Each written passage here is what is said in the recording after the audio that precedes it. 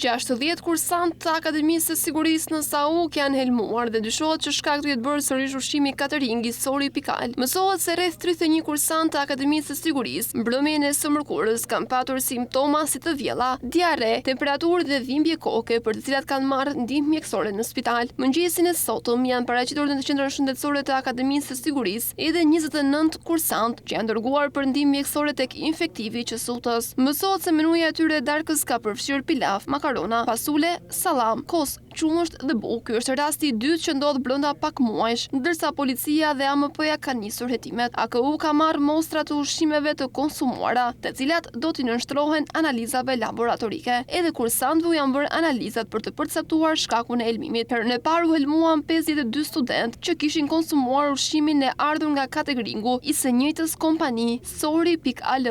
Nga mostrat e marra për analizë, rezultoi se makaronat ishin të kontaminuara me bakterin Staphylococcus. AKU fillimisht bllokoi aktivitetin e kësaj kompanie, si të gjobiti me 1.5 milion lekë për ushqim të pasigurt dhe kushtet e papërshtatshme higjieno-sanitare, ndërsa disa ditë më vonë zhbllokoi aktivitetin e kompanisë pasi analizat e mostrave për higjienën ambientale dhe të pajisjeve të punës brenda ambienteve të kuzhinës së Akademisë së Sigurisë rezultuan brenda normave të lejuara për treguesit e higjienës.